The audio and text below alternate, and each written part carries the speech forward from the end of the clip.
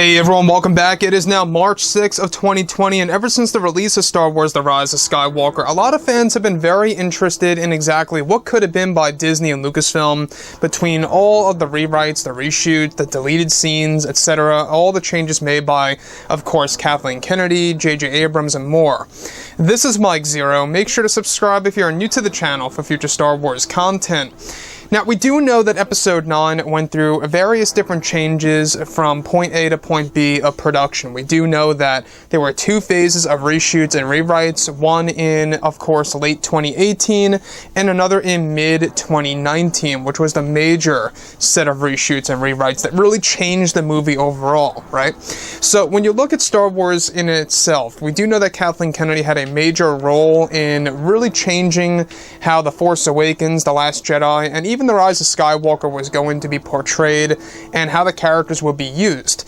Now, the one thing about Star Wars right now is that Disney is, of course, developing many different retcons for The Rise of Skywalker. So, The Rise of Skywalker is currently going under many different changes to the overall canon material in comparison to what we got in the actual movie with the novelization and new books coming out in the near future.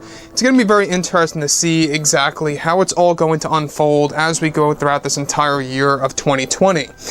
Now, to me, what's really intriguing is, of course, now that both Disney and Lucasfilm are finished with The Rise of Skywalker, they are focused on their new Star Wars trilogy of films, as well as their new Star Wars universe. It's explained that Disney and Lucasfilm are going through many changes for the future of the Star Wars franchise, and that they are looking for ways to change the Skywalker saga dramatically. It's noted that major retcons are being made for The Rise of Skywalker as we speak, not just with the novelization, but with future Star Wars novels as well for Star Wars in general. It's explained that one of the major retcons to The Rise of Skywalker that was done last minute and served as a reason as to why the Episode 9 novelization was delayed is that Disney explains in their new canon material that the Snoke clones seen in the very beginning of The Rise of Skywalker on Exegol are actually an abomination of failed Palpatine clones in the Skywalker saga, and that Snoke in The Force Awakens and The Last Jedi is a failed Palpatine clone.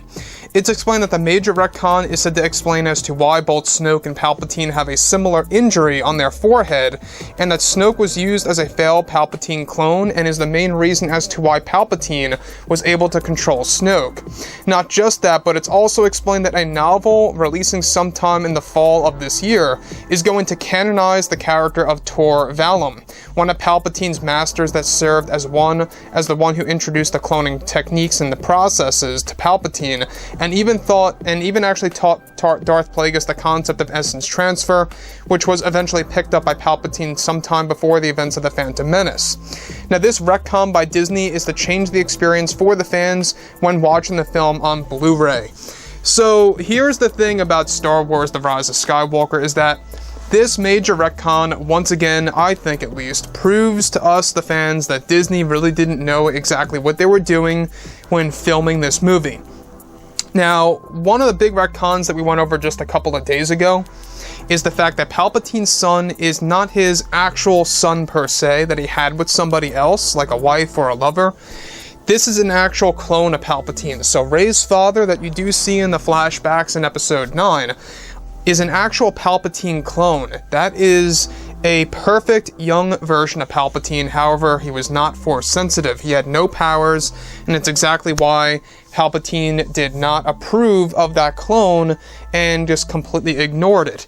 And he only used his son, quote unquote, as a way to continue the bloodline to see if something would actually come out of that. And it's one of the main reasons as to why Palpatine's spirit wanted to take over Rey, as we heard in the Rise of Skywalker film at the very end of the movie.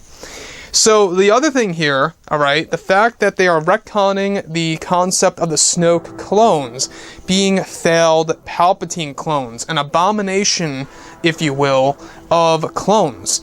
Now, the Sith Eternal, I don't know if you guys knew this, but the Sith Eternal kept on trying endlessly to create Palpatine clones. The perfect vessel that would contain the dark side energy of his actual Sith spirit. It's one of the main reasons as to why Palpatine in this movie is deteriorating is because the dark side energy is destroying the body. It's one of the main reasons as to why he needs to stay hooked up to that machine, and of course with fluids, going throughout his body. So this idea of retconning, Snoke in a sense like that, some fans are going to have different opinions on this, I'm sure. I'm not quite sure how I feel about this. It almost seems like that now Snoke is essentially just Palpatine in The Last Jedi and The Force Awakens, and that it was just basically a failed clone of him. Also explains as to why he's got the same exact injury on his forehead. If you look at his forehead, he's got that little crack going down the middle. Same exact thing goes for Palpatine, so kind of explains that in and on itself. And it also explains the intention of Palpatine creating clones. It really seems like now it's kind of tying more so into the Star Wars Legends material. So anyways, guys, drop a comment below. Let me know what you think about all this in the comments. And if you guys did enjoy the content for today, do make sure to drop a thumbs up on this video to support the channel. I thank you all so very much for the kind support, and I'll catch you guys next time.